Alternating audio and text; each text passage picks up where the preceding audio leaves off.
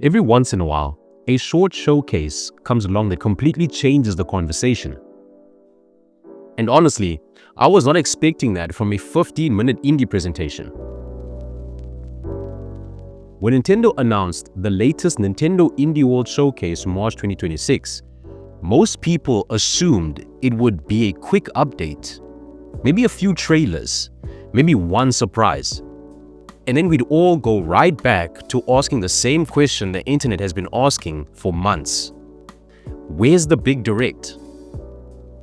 But by the time those 15 minutes ended, something interesting had happened. Because instead of feeling like filler, the showcase actually started to reveal something bigger about the strategy behind Nintendo Switch 2. Not just what games are coming, but how Nintendo is building momentum around the platform. And three particular moments in that presentation made me stop and go, okay, I see what they're doing. Today, we're going to break down why those moments mattered, what they say about Nintendo's broader plan for Switch 2, and why this short indie showcase might actually be one of the most important signals we've gotten about the platform so far. Because the story here isn't just indie gems, it's strategy.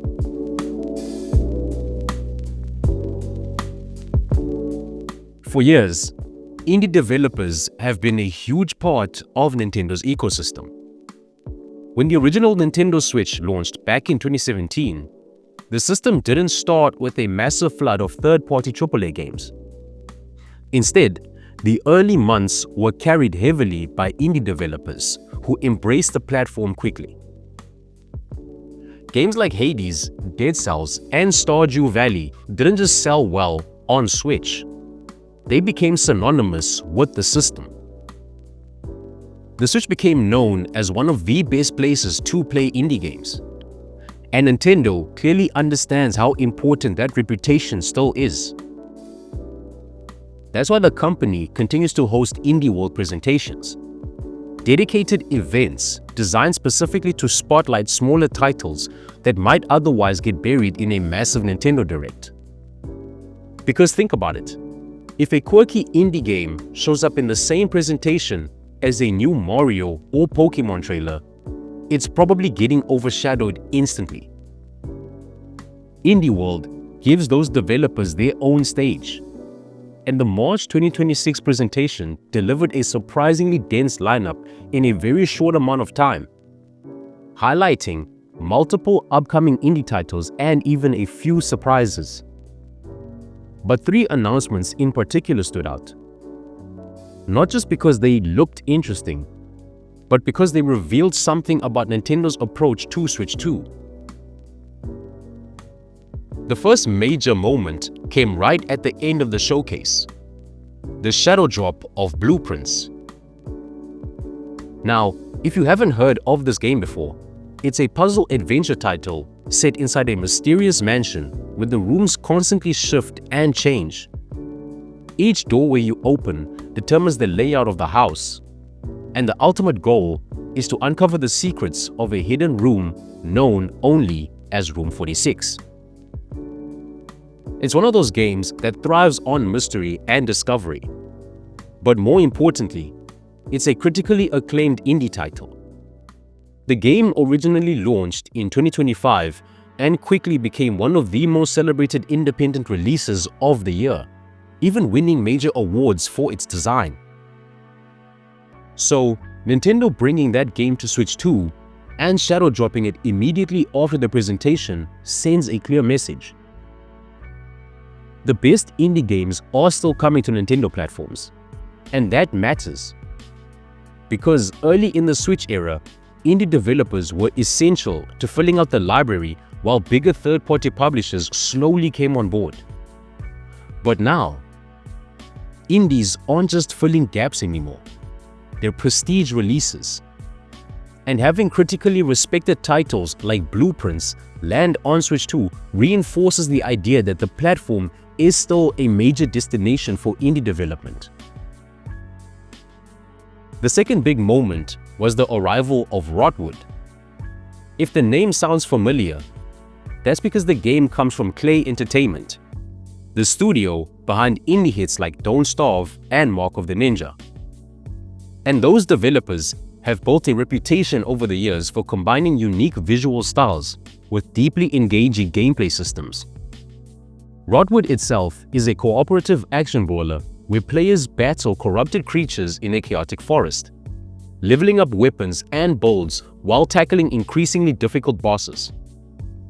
But the key detail here isn't just the gameplay, it's exclusivity. Rotwood launched on Switch 2 as a console exclusive during the presentation. And that's significant, because exclusivity, even at the indie level, still matters in the console market. Nintendo has always been good at locking down unique experiences that you can't play anywhere else. Sometimes that comes from their own first-party studios, but other times it comes from partnerships with smaller developers. And Rotwood, continuing that tradition, shows that Nintendo is still actively cultivating relationships within the indie space. Which leads us to the third moment. The final surprise was the reveal of Heave Ho 2, published by Devolver Digital. If you played the original Heave Ho, you know exactly what kind of chaos this game delivers. Players grab onto each other with stretchy arms, swing across ridiculous obstacles, and usually end up accidentally throwing their friends into the abyss. It's pure couch multiplayer madness. And that kind of experience has always been a perfect fit for Nintendo hardware. Think about the types of games that became party staples on the original Switch. Overcooked, Astro Bears, and the original Heave Ho. They're weird, they're chaotic, and they're best enjoyed with friends. Seeing Heave Ho return 7 years later with a sequel that supports both online and local multiplayer feels like a natural continuation of that tradition. It's not trying to compete with massive AAA releases. It's carving out its own lane. And that's exactly what Indie World is designed to highlight. Now here's where things get interesting. Because taken individually, these announcements are just cool indie games. But taken together, they tell us something about Nintendo's broader strategy for the Switch 2. Nintendo is building the platform in layers. You've got big third-party releases. You've got experimental indie titles. You've got exclusives. And eventually, though we're still waiting, you'll have the massive first-party reveals.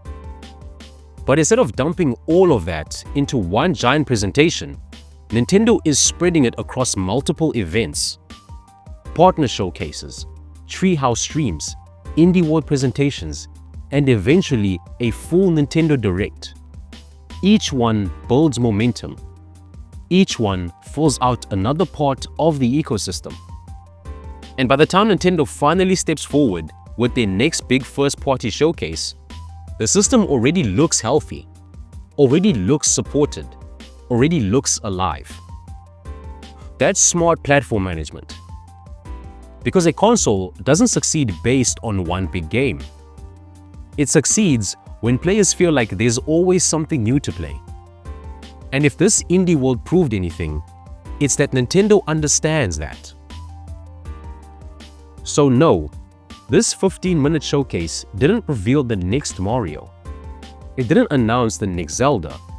And it didn't give us the massive first-party direct that everyone on the internet keeps refreshing Twitter for. But what it did show is that Nintendo is carefully building the Switch 2 library from every angle. Critically acclaimed indies, console exclusives, multiplayer party games, and a steady stream of surprise releases that keep players engaged while we wait for the bigger announcements. And honestly, that might be exactly what this system needs right now. Because if the appetizers are this strong, the main course is probably going to be something special. But now, I want to hear from you. What was your favorite game from the Indie World Showcase? Was it Blueprints, Rotwood, or the return of Heave Ho? Or was there another title in the presentation that caught your eye? Let me know down in the comments. If you enjoyed this breakdown and want more gaming industry analysis like this, make sure to like the video, subscribe to Controller Culture, and hit the notification bell so you don't miss the next upload. Because with the Switch 2 era just getting started, we're only beginning to see what this generation is going to look like.